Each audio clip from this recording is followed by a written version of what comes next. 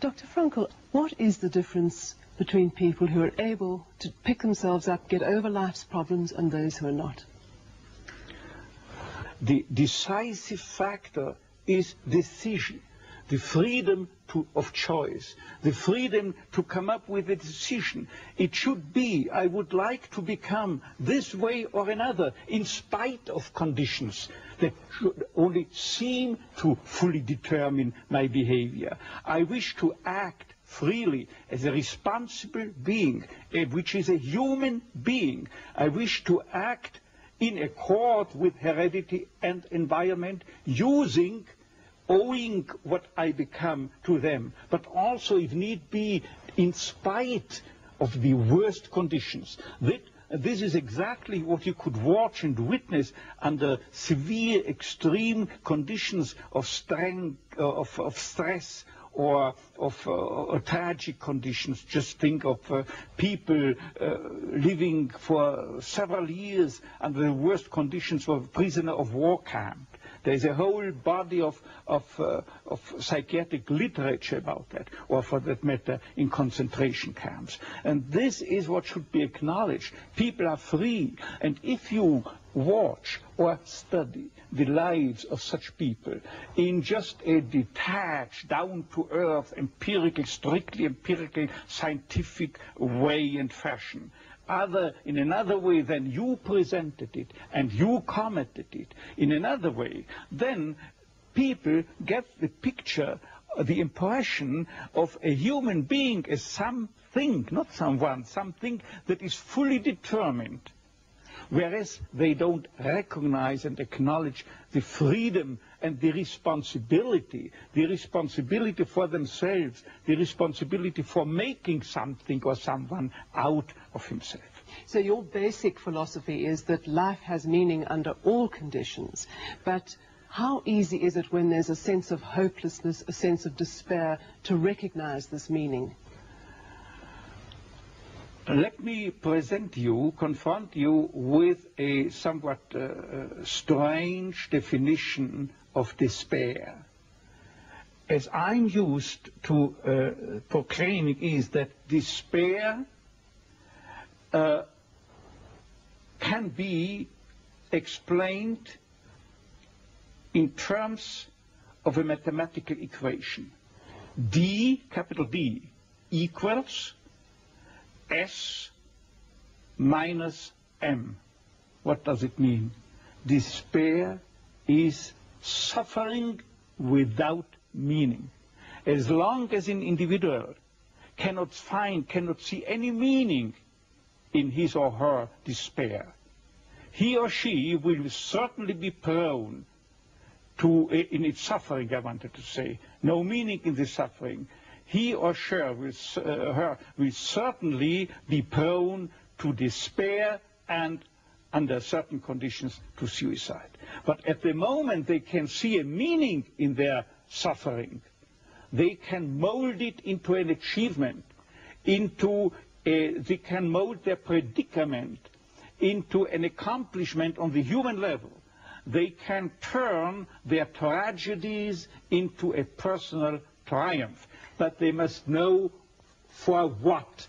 What should I do with it? But if people, like so many segments of present-day society and population, cannot find any meaning whatsoever in their lives, cannot see anything meaningful, they more often than not have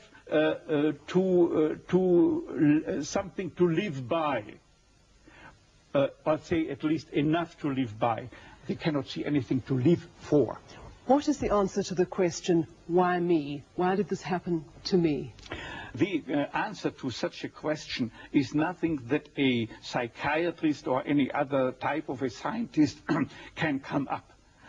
But I would not share the opinion of, say, Jean-Paul Sartre, who said we have to accept and to shoulder courageously, heroically, the absolute meaninglessness of our lives. But what I think is rather that what we have to accept is the incapacity of our humanness, the incapacity to recognize the ultimate meaning in intellectual or merely rational terms. This is the only thing we have to accept.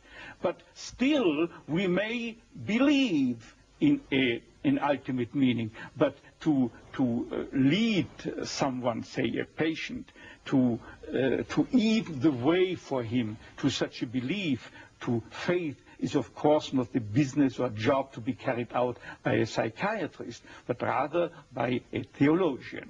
Tell me, to what extent do you feel we have choices in the things that befall us? Our freedom is a finite freedom, a limited freedom. That is to say, a human being is never fully free from conditions, be they of biological or psychological or sociological kind. But the ultimate freedom is always and remains always reserved to ourselves. That is the freedom to take a stand to whatever conditions might confront us. How we react to the unchangeable conditions is up to ourselves. In other words, if we cannot change a situation, we have always the last freedom to change our attitude to that situation. Dr. Frankl, give me an example of meaning that can be taken out of a situation of despair. I once received a letter from a young Texan student who told me his own story. At the age of 17 years, he had an accident when indulging to his diving sport. And from that time on, he was paralyzed from the neck down.